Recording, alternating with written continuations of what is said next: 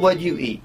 It's a saying we all know well, but I think we underestimate the extent to which it's true, especially if we look back at history and if we give the phrase some slight tweaking.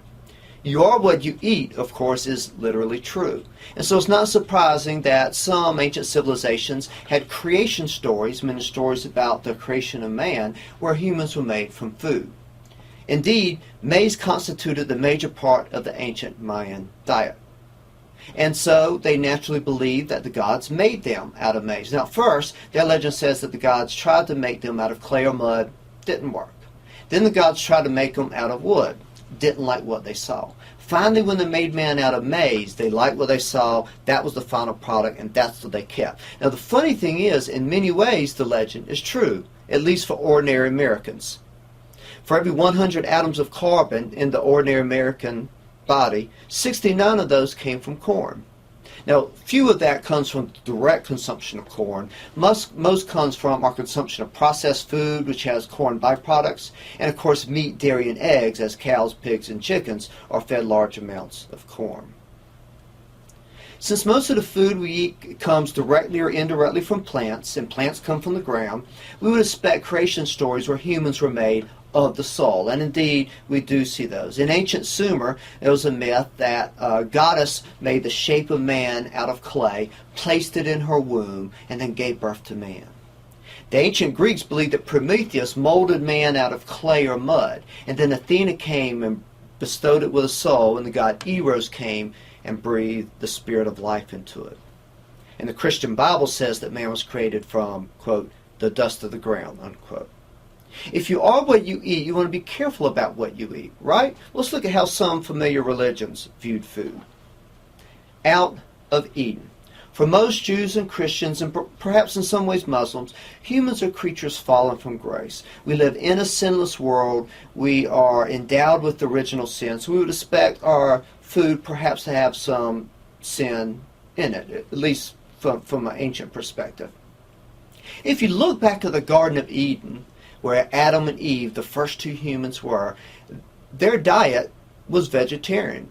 Now, one interpretation says Adam and Eve only ate, say, fruits and seeds, because when you eat the seed and fruit of a plant, you aren't killing the plant. And in the Garden of Eden, in paradise, there should be no death, right?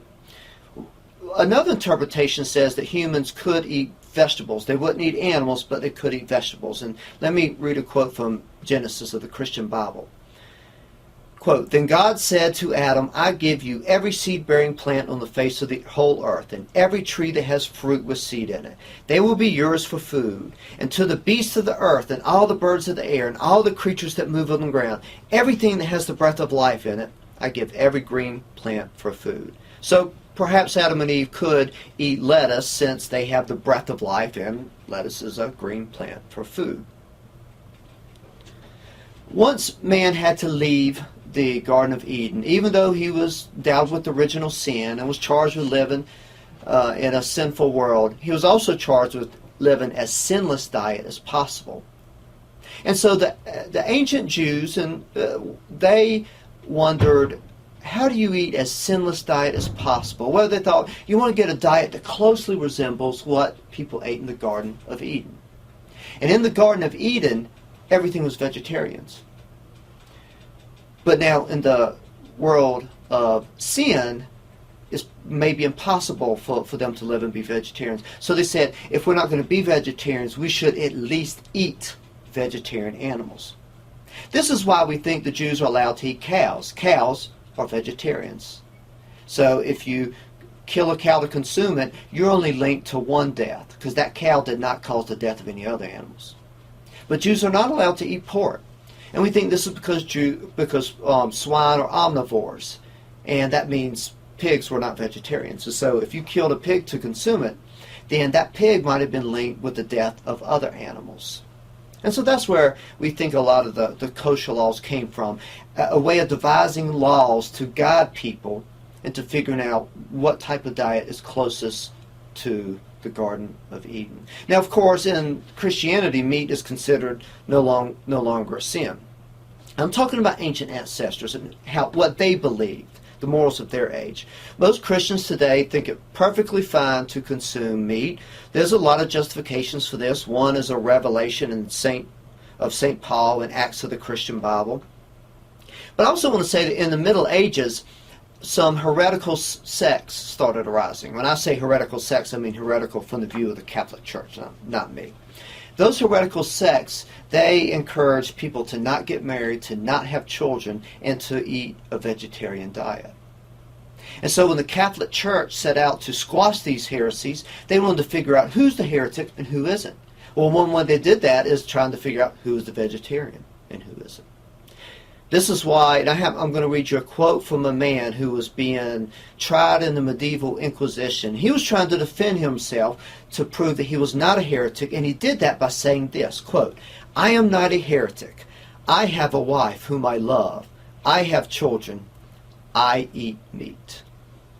Now let's think about Eastern religions, which we often think of as being associated with concepts like karma and a infinite world with no beginning time. Let me read you a quote from the Dalai Lama in his 2001 book, An Open Heart, where he says, "Each dog, cat, fish, fly, and human being has at some point in the beginningless past been our mother and shown us love and kindness. Such a thought should bring about our appreciation." Well, if that's your beliefs, you may not want to eat, say, a chicken or pig, because if the world has a infinite past, then that chicken, that pig, was at least one time in the history of the world your mother or your brother. What I find interesting is that many cultures believe that gods and spirits ate the same foods. The Sumerians believed that long ago the gods had domesticated animals and plants, but for some reason they were never able to raise enough food to satisfy them, to fill their stomach. And at this time humans were only eating grass and water. What the gods did, they came and they brought domesticated animals and plants to humans and said, "Here, use this to raise food for yourself, but raise food for us also."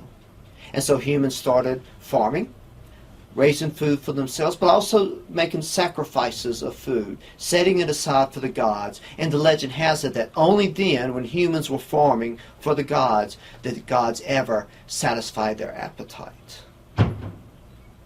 This is for my homies. The earliest religions were probably ancestor worship, where descendants would occasionally leave gifts, perhaps sacrifices of food in respect for the dead. This is something called a libation, where you take food, set it aside, say, "That is for the gods, not me." You do this as if the ancestors needed food. And some Africans have maintained this tradition. When President Obama visited his relatives in Kenya for the first time, he was sitting in an apartment at a kind of a regular table, and his relatives took some of their food and purposely dropped it on the floor, a libation for perhaps their ancestors or perhaps God. And if you think about it, the practice is still alive in African Americans. Rappers today periodically say that they are pouring one out for my homies, where libations of malt liquor are poured on the ground. If you want to see an example, see DRS's 1993 song and video, Gangsta Lean, where they take malt liquor, they're pouring it on the ground and say, this is for my homies. What they mean is they're pouring malt liquor on the ground. This is my way of remembering friends, people I love who have passed. Consider the following logic that might explain libations. If you are what you eat, and humans are to exist after they are dead, for them to be the same entity in the afterlife as the earthly world, then man and spirit must consume the same food and drinks. Now I know that's taking logic and the "you are what you eat" saying to an extreme, but taking things to absurd lengths are what humans do best. Tell me what you eat and I'll tell you what you are. We've considered the phrase, "you are what you eat." Now let's consider another phrase written in 1825 by a French food writer and politician, where he says, "Tell me what you eat and I'll tell you what you are." This speaks volumes about the role of food in today's culture. And even today, you can tell someone's politics by the food they eat. The social psychologist Jonathan Haidt once wrote, "Liberals sometimes say that religious conservatives are sexual prudes, but conservatives can just as well make fun of liberal struggles to choose a balanced breakfast, balance among moral concerns about free-range eggs, fair trade coffee, naturalness, and a variety of toxins, some of which, such as genetically modified corn and soybeans, pose a greater threat spiritually than biologically." When I showed that quote to a liberal friend, this is how he responded. He said, "And conservatives don't care what they put in their bodies as long as it's quick, convenient, and cheap." We're going to refer to those two observations later, but I use it now just to really highlight the role of food in a culture. Let's go back to the ancient world. The ancient Greeks and Romans took particular pride in being civilized, pride that they got much of their food from farming. And bread was seen as one of the main, most important parts of a diet for a civil, honorable, and strong society. Now that's a stark contrast to the German barbarians to the north, who were a very meat-loving culture and loved to hunt for their food. About 80% of all the calories consumed by the Greeks came from their grains. And as they settled Greek colonies around the Mediterranean, like frogs around a pond, Plato once said, they always brought with them their wheat, their vines, and their olives. The main source of food for the Roman army was bread. And so when Romans were listing reasons why they were so much greater than any other army, bread was one of their reasons. It was seen as a source of power. Now later, when the German barbarian tribes swept down into Western Europe and smashed the western part of the Roman Empire, they brought their meat-loving culture with them. And for the Franks, Goths, Vandals, all who were German barbarians, a man's greatness was signaled by a number of ways: the ferocity in which he fought, his love of hunting, the amount of beer he drank, and the amount of meat he consumed. And so Western Europe developed a great love for meat, and this was exported, of course, to America, where it was taken to an even more intense level. Reveal your greatness from the food you serve. Today, food's a political issue, but in the past, few people had political rights, so food served more to highlight the different social classes that exist and enforce that social inequality. In the medieval world, the nobles, the clergy, the peasants, they could all be distinguished by the foods that they ate. And you could tell a poor person by the amount of their income that they had to spend on grains for, like, bread or gruel.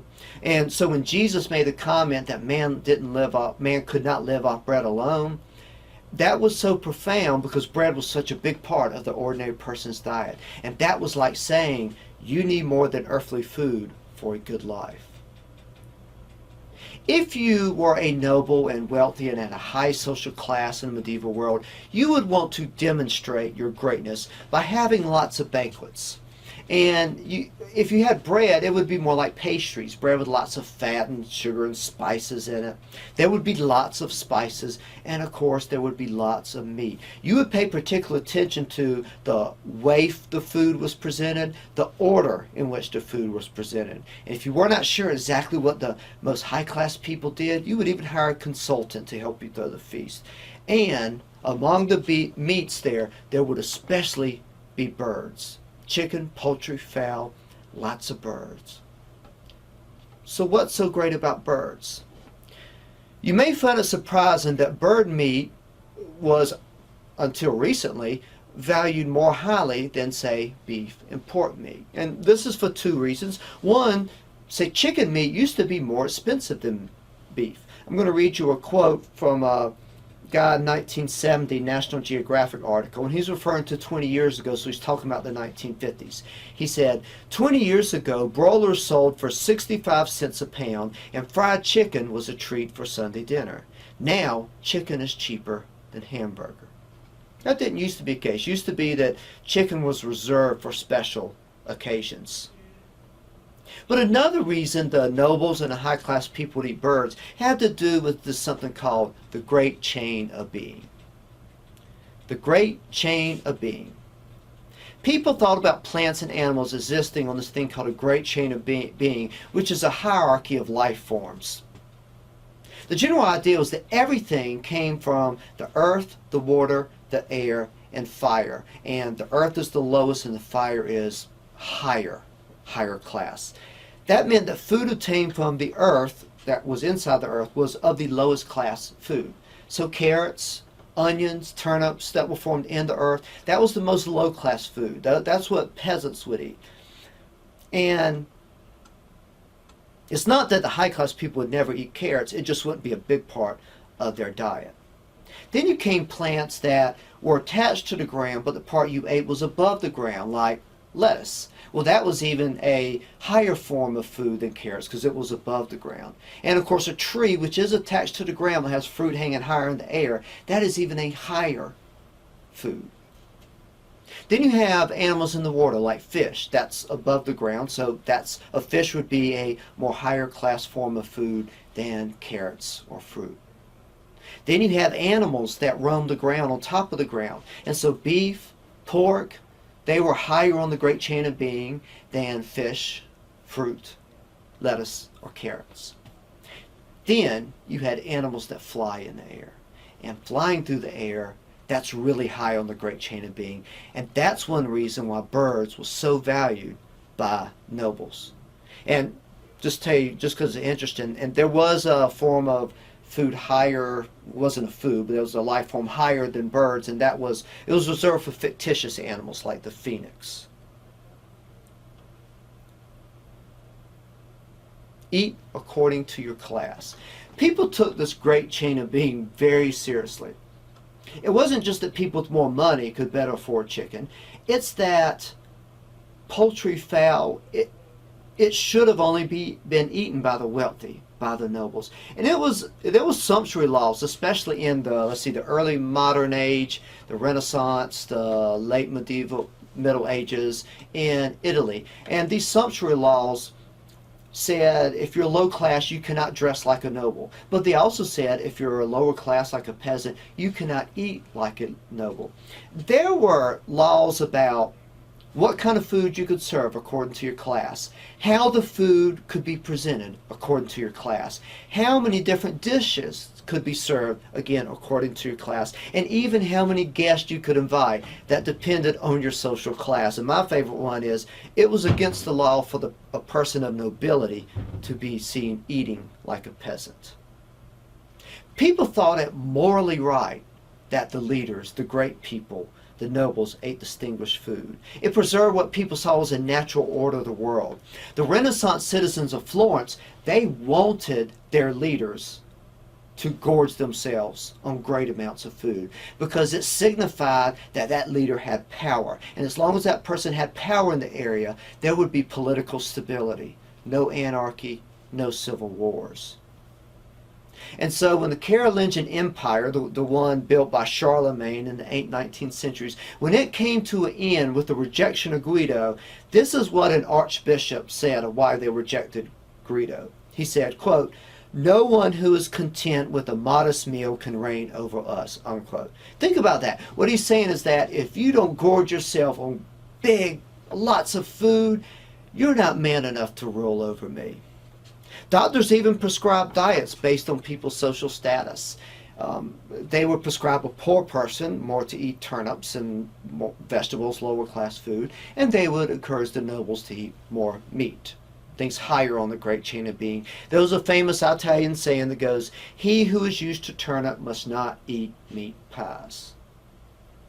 And in a sense, the food differed by social class, not just for economic reasons, but because of providence. And they really did think you are what you eat. They believed that a noble was made noble because of the foods that he ate, birds especially. And a peasant, was a lower class person because of the foods he ate. Now, that would give the impression that a poor person could become a noble by borrowing some money and start eating lots of meat, that he would become a better, more refined person. That's not the case. While it is true they believed you are what you ate, they believed you should not choose what you eat. That was up to providence. And of course, what is true in one culture can be completely opposite in another culture. Native American leaders, they wouldn't gorge themselves of food. They would deny themselves food. They took pride in their ability to go without food for long periods of time because it signaled to everyone else that in a time of food scarcity, they could survive. The Iroquois Indians especially discouraged gluttony in eating, even to the point that they threatened their children that if they ate an excessive amount, a mythical monster would come and humiliate them. I'm not sure what humiliate meant, though. Take your earthly world and shove it. What we've talked about thus far are the earthly rules about food and culture. Well, there was always some people in society who wanted to reject those rules, especially people in religious orders. So if you became a monk, you were rejecting the earthly world. So you want to reject those earthly rules about food. And what a lot of monks would do, they would go without meat. That was their way of rejecting the world. And so the church also wanted to try to force people to eat more according to its austere diet. And that's where a lot of our ritual fasting, Lent, and various holidays came from. Insulting the meat. Thus far, we've seen how meat can serve to create and enforce social inequality. Now let's look at a culture where meat is used to create and enforce social equality. Now I'm talking about the bands of Dobe in the Kalahari Desert. These are people who still live a hunter-gatherer lifestyle, a lifestyle we think very similar to how most humans lived 20,000 years ago. And so they hunt and gather. Men hunt, women gather. Most of their diet, 70%, comes from the nuts, fruits, vegetables that they gather, 30% from meat. But they especially value meat. And the way they hunt, men would maybe have to go out for 3 days hunt. So they may leave for 3 days, come back, loaded down with all the giraffe meat they can carry. And the women really want the meat, and they appreciate it. You would think that when the men get back, they would say, "Oh, thank you, look at this great meat, you did so good." Nope, they did the opposite. They insulted the meat. They would take the meat, and regardless of its actual quality and actual quantity, they would be disappointed. They would express disappointment in it. They would say, "Oh, this meat's no good. It's too fatty, or it's not enough fat, or there's not enough to go around." That was their way of saying, "Men, you did do a good job, and we appreciate it, but you're no better than anyone else. You're just another one of us. So just to make sure you stay in your place, I'm going to tell you that this meat is no good." It's like the Dobe understood exactly how food could be used to create inequality, and they swung in the opposite direction to make sure it did. Tell me how you eat, and I'll tell you who you are. We've considered the phrase, "You are what you eat," as well as, "Tell me what you eat, and I'll tell you what you are." Now let's look at the phrase, "Show me how you eat, and I'll tell you who you are." Plutarch wrote, "We do not sit at the table only to eat, but to eat together." And indeed, how we eat with others is an expression of our relationship with others. You've probably heard of King Arthur and the Knights of the Round Table. Why a round table? To show that everybody was equal. When you imagine a king at a banquet or a feast, you imagine a big long rectangle table with the king at the head. And the king would make very clear who among the guests he liked the best by placing them closest to him. So if you were invited to the king's banquet, but you were at the far end of the table from the king, that was his way of saying, "I like you, that's why I invited you, but I like a lot more people more than you." Well, King Arthur, all the stories about him are fictitious. The only thing we really know about King Arthur is he may have actually existed. But there are things like round tables. There are many Muslim eating traditions where you don't sit at tables, but you sit on the floor and you sit in a circle as a way of saying, everyone here is equal. While eating etiquette has already existed, it was taken to a new height in 17th century France.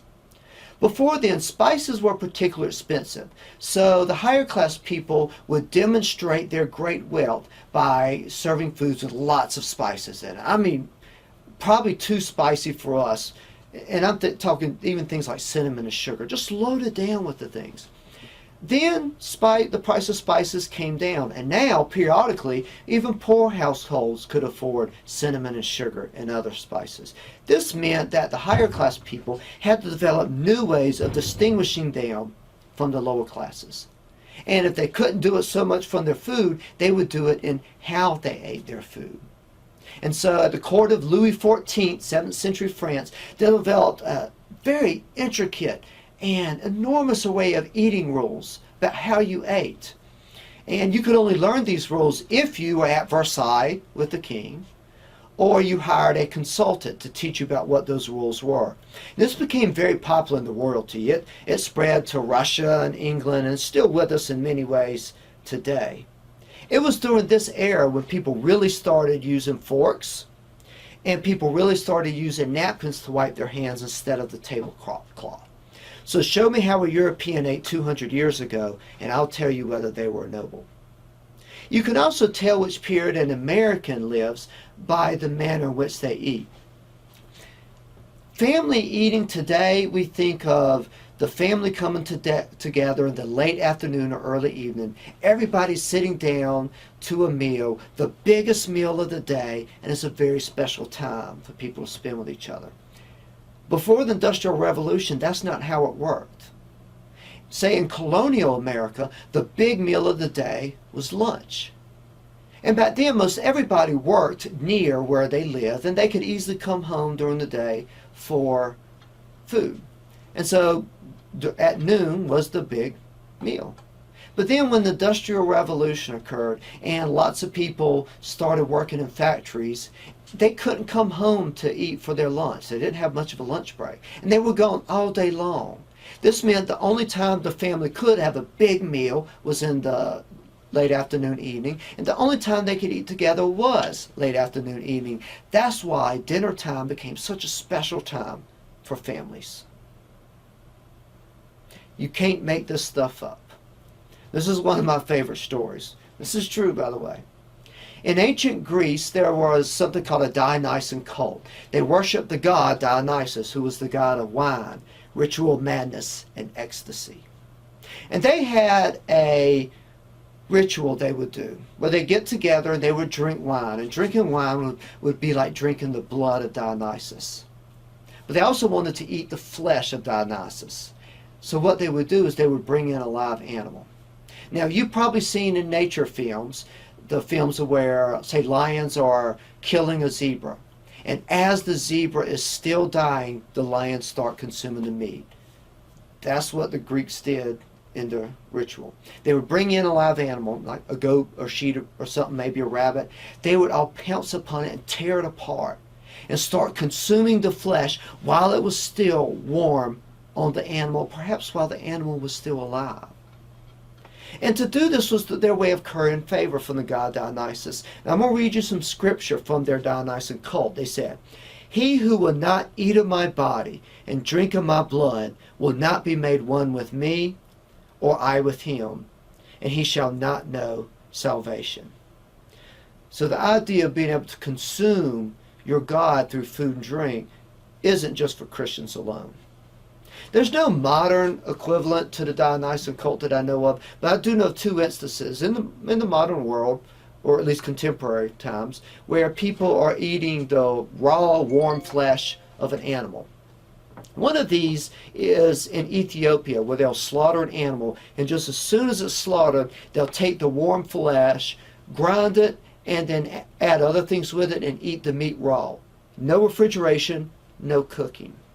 There's some African tribes that when they kill an elephant, they want to immediately, as soon as they can, eat the raw, warm brain of the elephant. I don't know if they can just go through the ear, or if they have to cut a hole in the ear, but just as soon as they kill the elephant, they reach inside, get some of its brains, and eat it.